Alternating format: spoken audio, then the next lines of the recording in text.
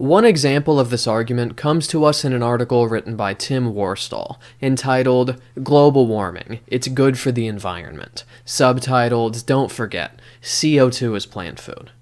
As he writes, quote, climate change, this global warming thing, it's going to mean that the tropical forests frazzle up and then we all die, right? It will mean the death of the lungs of the planet, such as the miles upon miles of Amazon jungle, which turns CO2 into the oxygen that we inhale. CO2 is plant food, and more plant food means more plants, more forests, and thus we're all saved. Or perhaps not quite as screwed as some seem to think at least. These burgeoning forests will then rather neatly lock up in the biosphere all that extra carbon that we have been releasing into the atmosphere. Or some of it." End quote.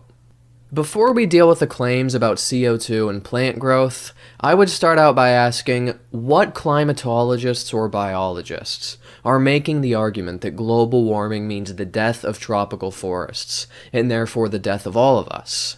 Ah yes, come to think of it, I see it right here in the latest IPCC report, in the section entitled Shit Your Pants and Have a Panic Attack. He doesn't quote any scientist or piece of research that actually makes this argument, and it's certainly not one that I've ever heard before, which leads me to believe that he's just setting up a straw man here to attack, and he's thus arguing against a position that nobody actually holds.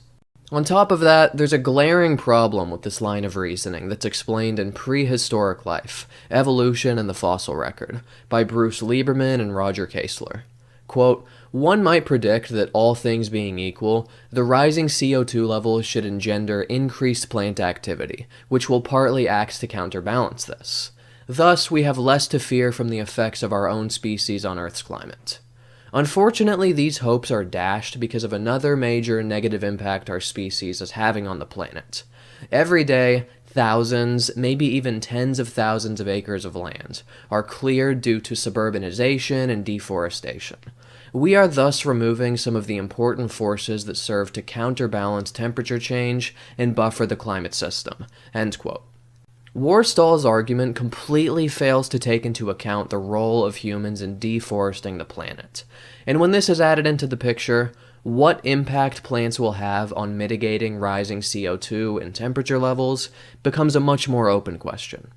And if it really was this simple and truly would work this way, if the increased growth of plants truly would not just act like a buffer, but cause CO2 and temperature levels to flatline, wouldn't climatologists account for this in their models and predictions? Or are the people who study this for a living so foolish and absent-minded that they've just never even considered this possibility, and this brilliant guy in his 5-paragraph article is the first one that figured it out?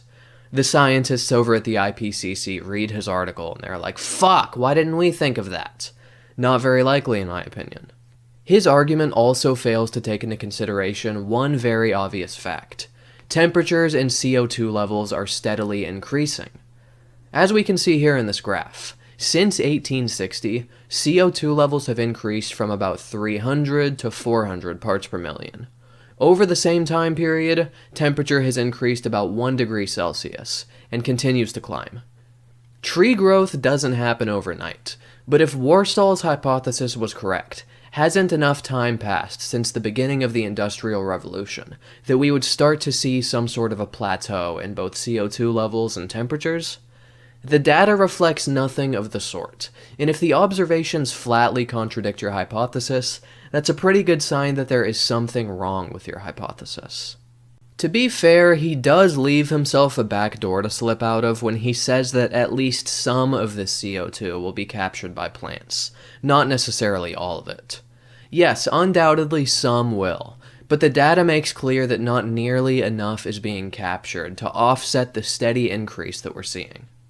And the plant response to increased temperatures and CO2 levels isn't actually as straightforward as he makes it out to be. We'll explore this in more detail later in the video, but for now, here's just one example of this from Campbell Biology. Quote, scientists are concerned that increasing CO2 concentration and temperature may affect C3 and C4 plants differently, thus changing the relative abundance of these species in a given plant community. In different regions, the particular combination of these factors is likely to alter the balance of C3 and C4 plants in varying ways. The effects of such a widespread and variable change in community structure are unpredictable, and thus a cause of legitimate concern." End quote. So we might be tempted to grant that, of the plants that won't be chopped down, of course, growth all around the board will increase. Yet it's not quite as simple as this. The effects of increasing CO2 and temperature levels could arguably disrupt ecosystems by changing the balance of which plants flourish in particular regions. Maybe this disruption will be mild and won't have much of an impact, but it's at least something to consider. But let's set that aside and say fine, CO2 levels and temperatures are still increasing as the data makes clear, but plant growth is also going to increase, and that's great for the environment. Indeed, as we read in a 2016 NASA article, quote, "From a quarter to half of Earth's vegetated lands has shown significant greening over the last 35 years, largely due to rising levels of atmospheric carbon dioxide." End quote. When it comes to global warming, this is not the end of the analysis, however, because there are still all kinds of other harms resulting from climate change. It's not enough to just look at one benefit and call it a day. Any serious analysis would compare the pros of climate change against the cons, and not just view one in isolation like Worstall does, before reaching such a large conclusion. I guess there is an additional benefit here that we shouldn't overlook. This tree growth might become so abundant that Tim Worstall actually gets lost in the woods, and we never again have to read one of his articles. I'm on Patreon. There's a link in the description if you'd like to support my content. I would really appreciate it.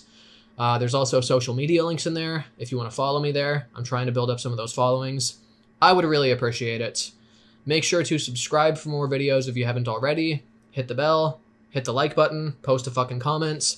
All that fun stuff that's standard on YouTube. You know the fucking drill. Thanks for watching. Hope you enjoyed this.